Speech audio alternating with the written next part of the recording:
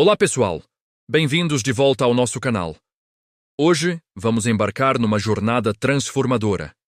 Se você já se sentiu perdido, sobrecarregado ou simplesmente à deriva na vida, saiba que não está sozinho. Muitos de nós procuramos um mapa, um guia para navegar pelas águas turbulentas da existência. E se eu te dissesse que esse mapa existe e está ao seu alcance há milhares de anos? Hoje, vamos falar sobre como a sabedoria antiga, especialmente do estoicismo e da Bíblia, pode ser a chave para desbloquear a sua melhor versão e mudar a sua vida para sempre. A primeira coisa que precisamos entender é esta verdade fundamental. A mudança começa dentro de você. Ninguém pode fazer o trabalho por você. Amigos, família, mentores, eles podem apontar o caminho, mas é você quem precisa dar os passos. Como o filósofo estoico Sêneca disse, não é que tenhamos pouco tempo, mas sim que desperdiçamos muito dele. O tempo está passando, e a decisão de usá-lo para crescer é inteiramente sua. Então, a pergunta é: você está pronto para assumir o controle?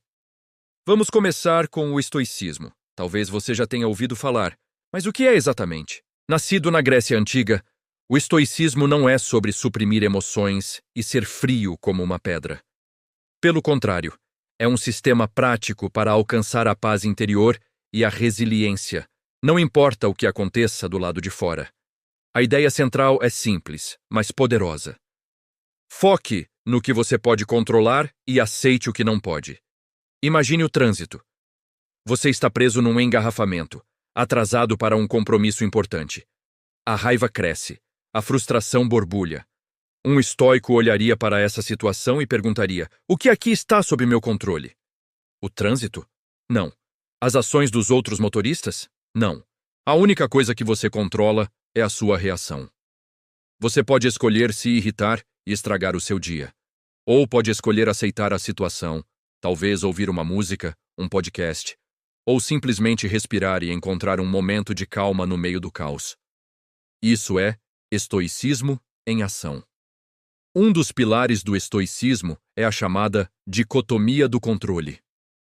Epicteto, um ex-escravo que se tornou um dos mais influentes filósofos estoicos, ensinou que algumas coisas estão em nosso poder, enquanto outras não. Nossas opiniões, nossos desejos, nossas ações, isso tudo é nosso.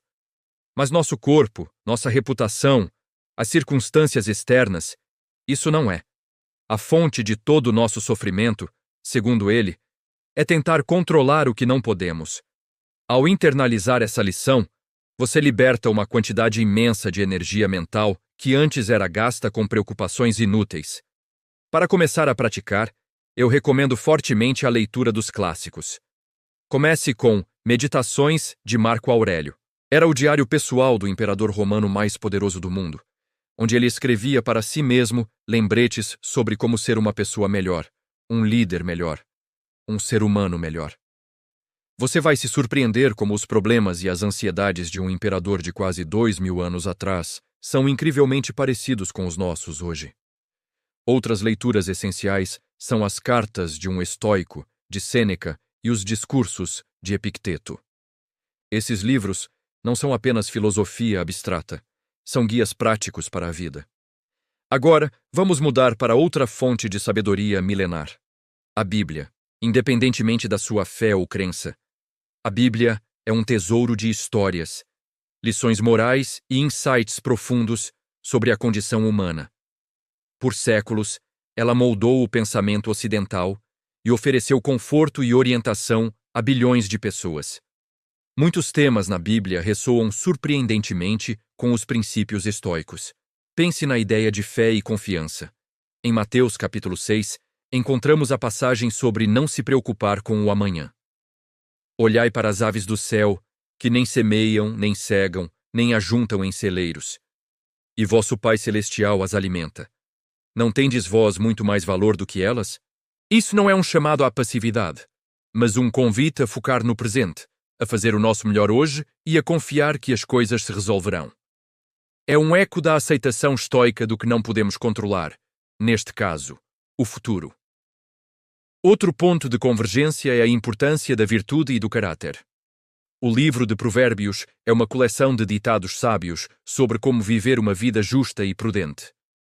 Ele fala sobre a importância da diligência, da honestidade, do controle da língua e da busca pela sabedoria.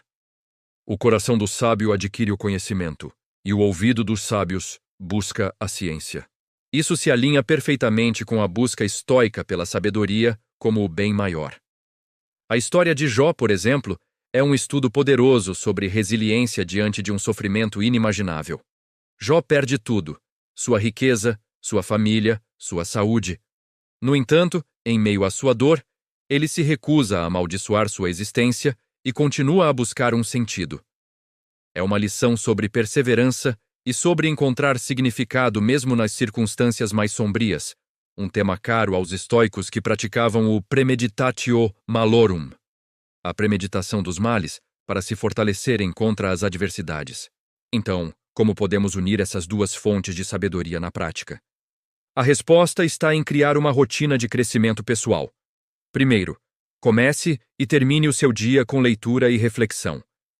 Pela manhã, leia um pequeno trecho de Meditações de Marco Aurélio ou de um dos evangelhos. Use essa sabedoria para definir uma intenção para o seu dia. Por exemplo, hoje vou focar em ser paciente com meus colegas. Ou, hoje vou praticar a gratidão pelas pequenas coisas.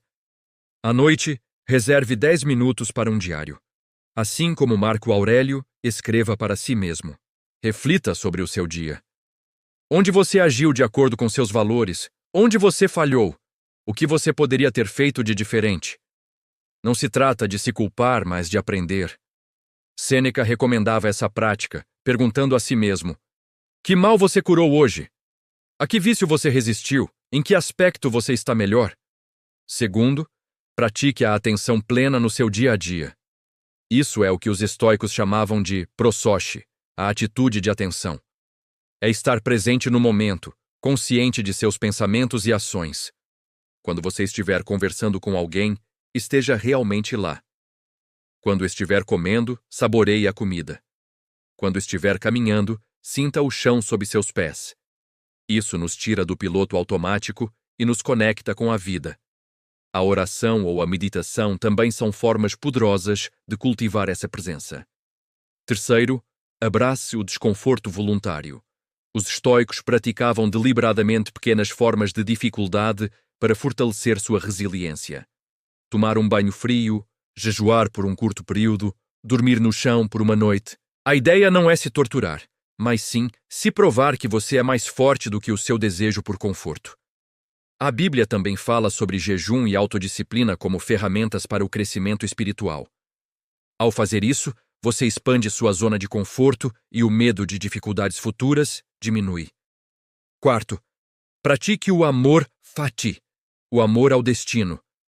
É uma ideia poderosa de Friedrich Nietzsche, mas que tem raízes profundas no estoicismo. Significa não apenas aceitar o que acontece, mas amar. Ver cada obstáculo, cada desafio, cada revés. Não como uma maldição, mas como uma oportunidade de praticar a virtude, de crescer, de se tornar mais forte e mais sábio. O apóstolo Paulo ecoa esse sentimento em Romanos 8:28. E sabemos que todas as coisas contribuem juntamente para o bem daqueles que amam a Deus.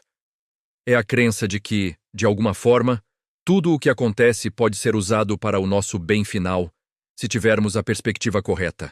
A combinação da lógica pragmática do estoicismo com a profundidade espiritual e moral da Bíblia cria um sistema operacional para a vida que é robusto, resiliente e incrivelmente humano.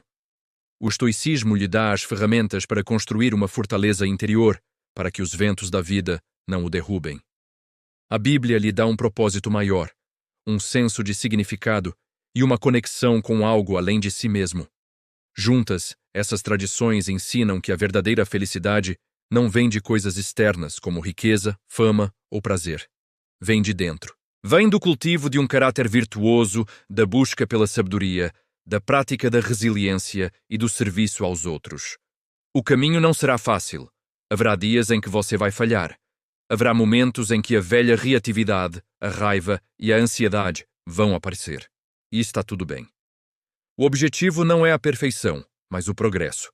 Como diz um provérbio japonês, Caia 7 vezes, levante-se 8.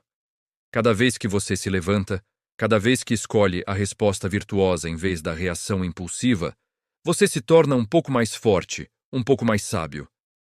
A jornada para mudar a sua vida começa agora, com uma decisão. A decisão de parar de culpar as circunstâncias e começar a assumir a responsabilidade. A decisão de trocar o entretenimento vazio por conhecimento que nutre a alma. A decisão de investir em si mesmo. Pegue um desses livros. Comece com apenas 5 páginas por dia. Escreva uma linha no seu diário. Escolha uma pequena dificuldade para enfrentar esta semana. Pequenos passos, dados de forma consistente, levam a transformações gigantescas ao longo do tempo. Sua vida é a sua obra de arte. Você tem o cinzel e a pedra bruta. O estoicismo e a Bíblia são alguns dos melhores manuais de instrução que a humanidade já produziu. Use-os, estude-os, viva-os e construa uma vida de significado, propósito e paz interior. A mudança não depende de mais ninguém. Ela depende de você. E você pode começar hoje. Muito obrigado por assistir e por me acompanhar nesta conversa. Espero que tenha sido útil e inspirador para você.